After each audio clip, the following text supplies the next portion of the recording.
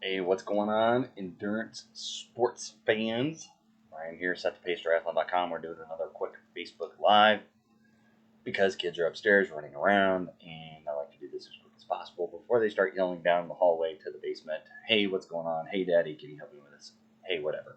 Anyway, we'll talk about running dynamics, specifically the vertical ratio.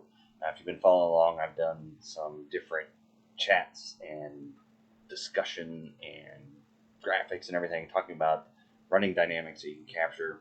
You can use like a stride foot pod.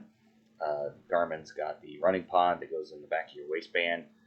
I wish I had it now laying around my stuff to show you, but it's a little yellow, or you can get different color clip-on holders. I mean, the pod's a small little pod that fits in there, and then it clips on the back of your waistband or whatever. So it has to be worn on your waistband in the middle of your back. Otherwise, the running dynamics can be thrown off a little bit. So it's a little bit different. It's not the foot pod, because that doesn't get all the running dynamics. You can also get it with the HRM chest straps. So the Garmin makes, you can get the try one, the run one. It'll also record this information too. But back to vertical ratio. So it's an interesting metric that the run pods, or not foot pods, but run pods or chest straps, whatever, will capture. The vertical ratio, what it is, if you look right here, it's the run efficiency based on bounce divided by stride length as a percent. So how far up and down you're bouncing divided by your stride length. So two things could affect it. If you bounce really high, it's not good. If you bounce really low, that's pretty good. But if you have a short, choppy step, that also affects it. So you can change that dynamic by either bouncing lower or higher, or changing your stride length, which we'll get into a little bit later. So that's how it's calculated. So the vertical movement is a cost of running. So you want to bounce less as you're running, because what you're doing is, when you're running, you're not moving forward if you're bouncing up really high. So you're kind of wasting that energy because it's not moving forward. It's just you're using that energy to go up and down. So if your energy is used going up, it's not used going forward. So if that makes sense. So it's a cost of running to be bouncing when you're running. A low vertical ratio is low cost. So like I said, if you're kind of straight line along, and you're bouncing just a little bit, and you've got your stride length, no matter what it is, lower that ratio, the better off you are, the more economical you are, the lower cost of that vertical bounce has on your running form. Low cost is more efficient. So that's just to kind of give you context of what the vertical ratio is and what it really means when you're looking at it. Instead of just a number on the Garmin metrics, and just like, whatever, I saw on Garmin Connect, whatever, and move on. It is kind of important, because it just kind of tells you, like, unless you're recording yourself run, you're really not going to see how much you bounce, or if you bounce a lot. You really don't want to be bouncing when you're running. So that's a key important fact when you're running. If you've got this measurement, you can see it. You can see how much you're bouncing versus how much your stride length is. So the lower bounce plus greater forward gain equals efficient. So obviously, the low bounce, and if you're getting decent stride lengths, you have to be careful, because you won't overstride. We'll talk about that in a minute. So obviously, if you do have a long bounce, but you got a long stride, then it might kind of balance out. But you got to be careful about that, because that could be a huge impact to your joints and everything when you're running. But you want that bounce really low. You want the stride length pretty decent. But like I said, we'll talk about it. You can't focus on the bounce only to fix the form. So if you're trying to you fix your form, or you've done a form analysis, or you record yourself, it's like trying to get your run cadence down or up by chopping your step, or stepping longer. That's not the way to address your run form. It's more about, like I said, I keep stressing, it's lean at the ankles. You're in a straight line, but you want to help gravity pull you forward. So that automatically kind of brings the cadence where you want it, and you change your cadence by leaning at the ankles.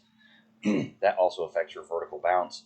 So if you've got, if you're straight up and down, and you're trying to run like that, and you're trying to control your bounce, and you're trying to be very stiff, and trying to control how much you're bouncing, yeah, you can change your vertical ratio, and that might look good, but it doesn't look good in run form, because you can't be rigid when you're running. So you have to be careful of what you're changing in your run form, and able to affect that vertical ratio. So you can't focus just on the bounce. don't try and get longer strides to balance it out. It could lead to overstride.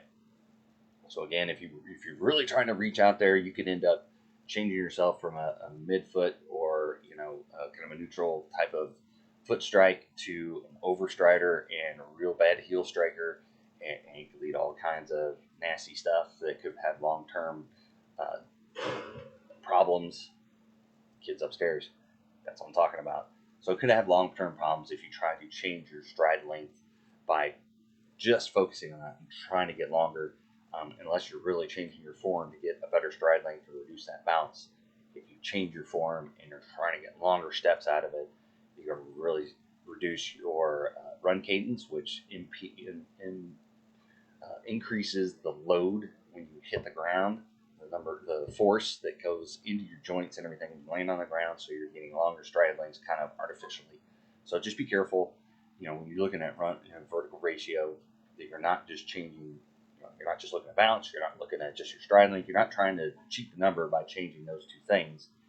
Go back and change run form. So review form, small fixes, watch vertical oscillations. So when you do run analysis, or you do watch yourself and you record yourself on a treadmill or something like that, and then go try to change things, small little changes, go test it out, check your vertical ratio, small little changes, check it, see how it's going.